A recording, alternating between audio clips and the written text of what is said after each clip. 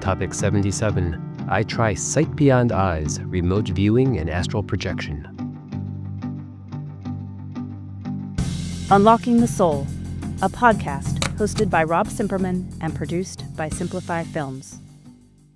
Welcome back to Unlocking the Soul. I'm your host, Rob Cimperman. We spent a lot of time on this show talking about the soul, what it is, where it goes, even why we are what we are. But today, we're talking about the how. How can we stretch our consciousness across space and time? And most importantly, can we experience the world outside of our physical bodies? And are there really practical methods to do so? So I attempted remote viewing through 3 methods. First, bodily relaxation, looking for visual images to pop into my mind that I would write or draw. Second, out-of-body or astral travel. And third, the use of Ganzfeld or LED light goggles and brain entrainment pulses to assist in detaching and viewing. Now, I don't want to give it all away, but I had some success using at least the relaxation method for remote viewing, and I had a very interesting result with the astral travel method, my best success, in fact, after decades of working on it. So, like and subscribe to this video, and then let's jump in. In my episode 35, I did a deep dive into the work of a man who treated the impossible like a 9-to-5 job for basically his whole career. I'm talking about Joseph McMoneagle. I just read his book, Remote Viewing Secrets, and if you think psychic phenomenon is all crystal balls and velvet curtains, think again. He made the untapped potential of the human brain all about rigorous protocol for the purpose of government intelligence. Before we get into the practice, we have to talk about the man. Joseph McMoneagle was Viewer 001 in the U.S. Army's top-secret Project Stargate for nearly 2 decades. The government paid him to sit in a room in Maryland and describe what was happening inside the Soviet bunkers or locked file cabinets thousands of miles away. Now, he wasn't a mystic in the traditional sense. He was a master of remote viewing, RV, the structured ability to perceive information about a distant or unseen target. Joe makes one thing very clear. RV is a skill, not a gift. He describes it like a martial art more than anything else. In fact, he likens it to karate, calling it RV-doh. He even likens the stages of progress to the gamified belt system. It takes discipline, though some people have qualities that make them especially well-suited to master it. As he describes it like playing the piano, he says some people have a natural ear, sure, but anyone can learn the scales. Now, a background in meditation is also helpful. It has a trick of identifying your own emotions, your biases, and using processes to distance yourself from getting wrapped up in them. So I figure since I've been practicing karate for about 2 years now and spent several years on my own meditation practice, I'm as good a candidate as anyone at figuring out how to make some progress here too. So here's a high-level view of how he recommends that you practice. Start with a cooling down period. You can't just jump from a stressful email to a remote viewing session. You need 15 to 20 minutes of mental silence. Then there's the blind target. Never try to view something you already know. You need a target, usually a set of coordinates or a photo in a sealed envelope that someone else has chosen. Then there's separating the signal from the noise, and this is a big one. Your mind loves to guess. If you think about the fact that you never notice your own visual blind spot, you'll understand how efficient your brain is at plugging in holes. If you see a blue flash, your brain says, it's the ocean.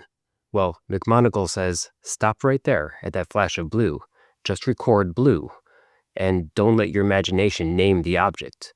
Let the data build itself. He emphasizes drawing in a sketchbook because the hand often knows what the conscious mind hasn't yet named. And that reminds me of some mediums who use automatic writing in a trance to get around their verbal processing abilities, which are too easily hijacked, and the prefrontal cortex of the brain overrides them with its own assumptions and reasoning. Now for my personal trials of the 3 methods. So I decided to put these concepts to the test, and I didn't have a team of Army handlers, but I had a curious mind and a dedicated partner across the country, my brother, and some tech to play with. Now, I've never been to my brother's apartment, so I was initially going to just try to describe it. But based on the McMoneagle approach, we decided it would be better to have him draw or write something on a piece of paper, which he hung on the wall over his kitchen sink. Now, I tried 3 distinct approaches to see which one could best unlock that door. So method 1, the low-tech, traditionalist, remote viewing approach.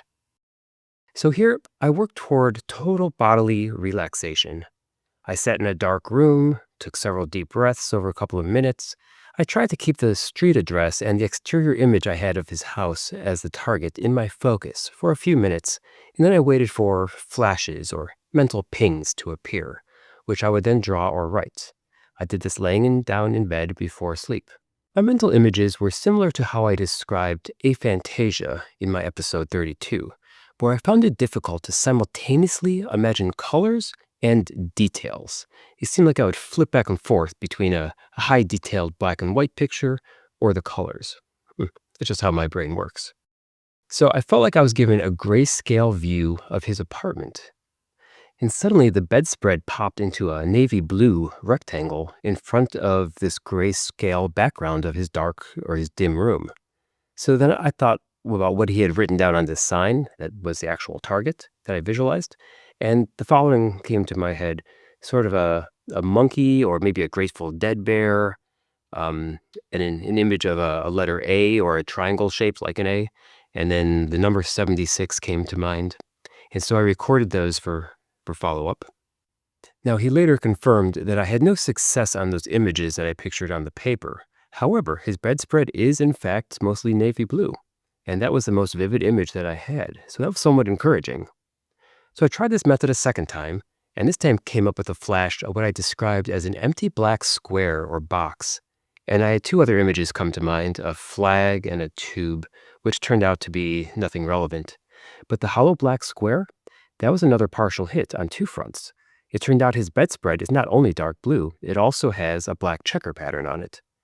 And furthermore, it turns out the previous version of a sign that he hung up as a target was in fact black and white checkered as well.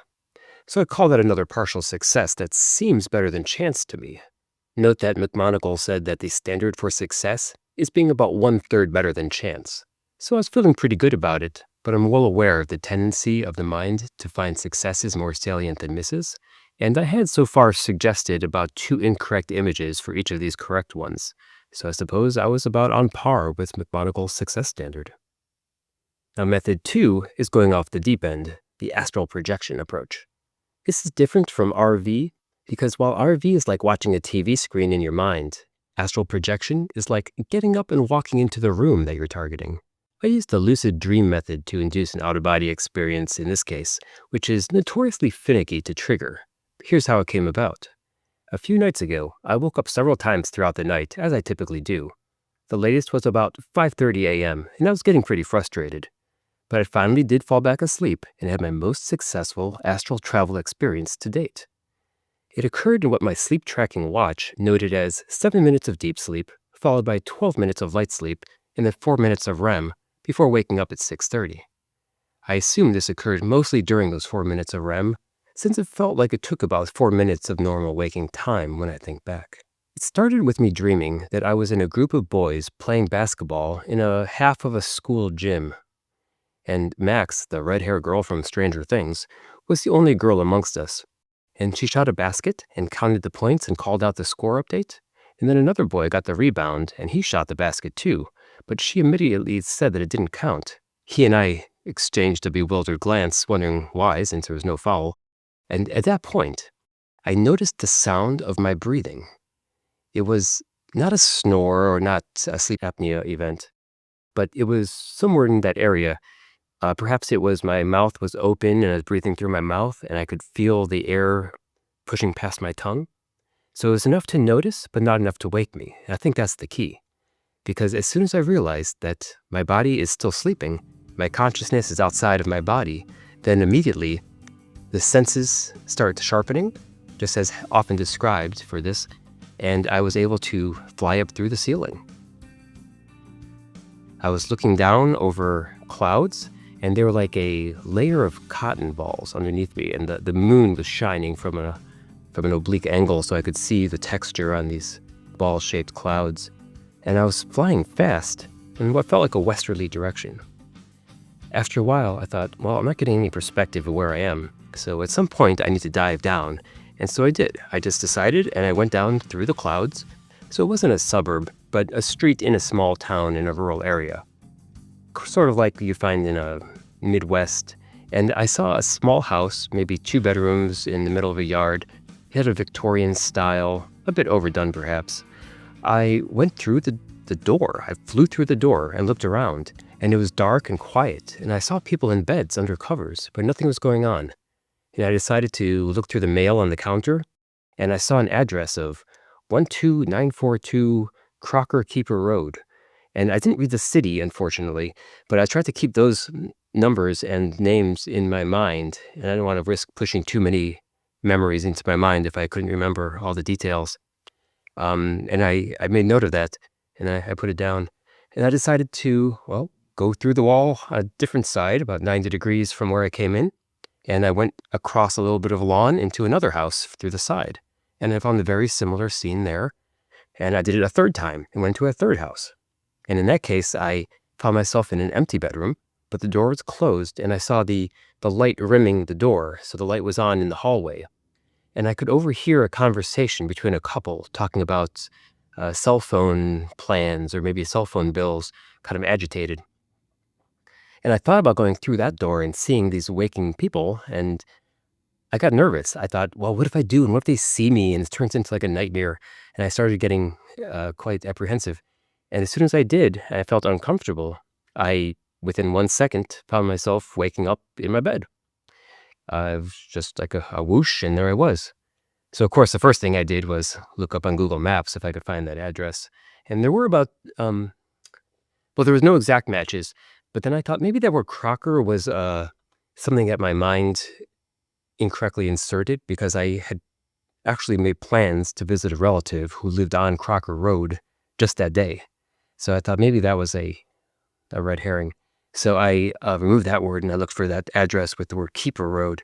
And there were several. There was about 10 that came up, some of them in the Midwest. Only one of them had a street view, and it wasn't a match. So I tried to repeat this experience in subsequent nights to be able to visit my brother's house now that I had his address and a visual of where he was located geographically in my mind, but no luck so far. Now, I have had other experiences with a lucid dream resulting in an out-of-body experience feeling, at least 2 other times, but neither one lasted more than a couple of seconds before waking up.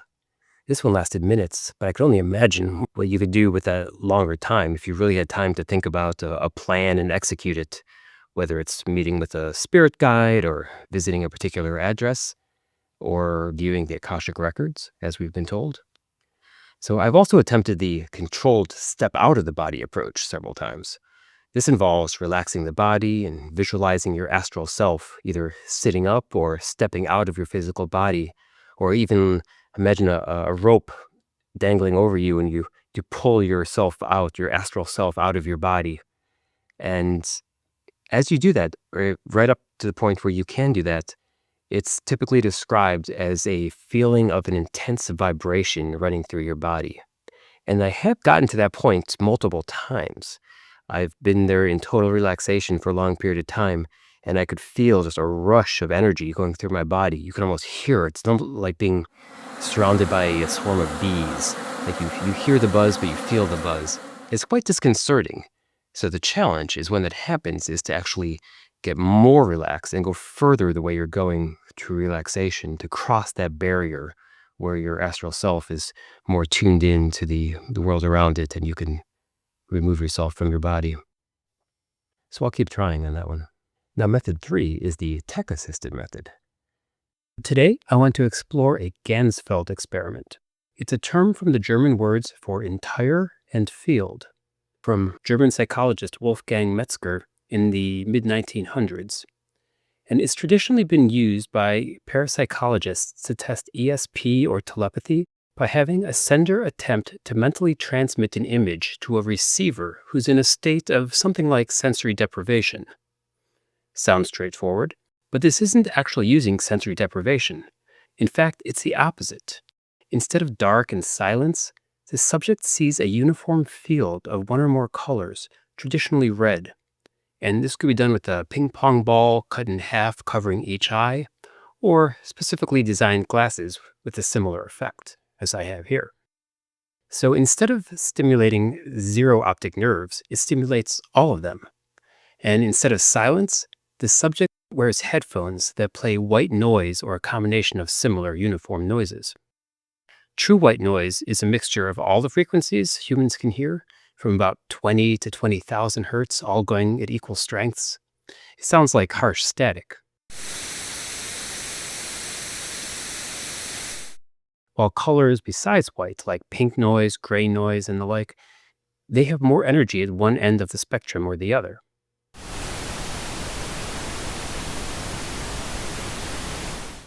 Stochastic resonance is a phenomenon in which a signal is normally too weak to be detected by a sensor can be boosted by adding white noise to the signal, which contains a wide spectrum of frequencies. So, adding a little noise into the subtle signals that your senses can't normally pick up should make them more recognizable to your brain. This is all part of a larger topic called audio and visual entrainment of the brain. But I've been criticized for being too technical in my videos, so let's just jump in. So here's the thing. Sure, we'd love to prove telepathy, but that's not what interests us, really. I know my life wouldn't be changed if I guessed a shape on a card correctly 30% of the time instead of 25% of the time that chance would dictate. Instead, we're going to follow the footsteps of author of a 2023 book, Becoming Psychic: Lessons from the Minds of Mediums, Healers, and Psychics by Jeff Tarrant, PhD. I enjoyed this book greatly as he mingles brainwave monitors and other technologies both to understand what's going on and to encourage the experiences. So first, he had a subject use this Ganzfeld approach, and she was able to easily and quickly initiate a conversation with her spirit guides. Incidentally, the guides actually gave her some pointers on the best ways to use this technology. The woman had previously required deep meditations for such communication, and even then could not control when contact successfully occurred. Dr. Tarrant also used the Ganzfeld technology on himself, and he had images that later tied to impressive synchronicities. I'm going to use an app called MyNoise. Here, let's look at the website here, mynoise.net. I ordered these LED glasses that work with a Windows PC. They have other ones that were standalone devices that cost 2 to 3 times as much. This Windows PC version was available from mindalive.com for $295. Now, the spirit guide contacted by Dr. Tarrant's subject suggested using 3 colors and 3 sounds simultaneously. They represent here, there, and everywhere, at least metaphysically. But we can only use 2 colors with these goggles. So I'll use red and white. And they suggested letting your consciousness focus on one sound or another at a time. So I'll try that as well. And finally, they suggest setting some intentions for a session, such as to perceive the highest and greatest frequency and clarity of messages, to be a witness and messenger to bring the spiritual news forward, to clear your energy field at the beginning and at the end of a session, to know you read messages and energy differently than others, and that's okay. And I'm going to add one based on books about channeling that I've read, to request that the higher self, your spirit guides, and even the Christ consciousness protect you from any beings with negative intentions, and only to allow connection with positive and truthful beings. To this end, I imagine myself enveloped in a glowing white pyramid of protection. Now, of course, the question is going to be, are images coming from the imagination, hallucination, or am I tapping into an unknown energy current? So I'm going to try this experiment. I'm going to change this to the red settings. And there's actually a frequency setting called Ganzfeld, which basically stops the pulsing of the lights. It keeps it on a solid. So there's lots of different presets programs in here for different purposes, different types of meditations. I'm going to use the Ganzfeld solid on. We're going to use the left color as red and right color pink. I'm a pinkish white. Try to stay a little bit true to the original red experiments. We'll do it for 35 minutes.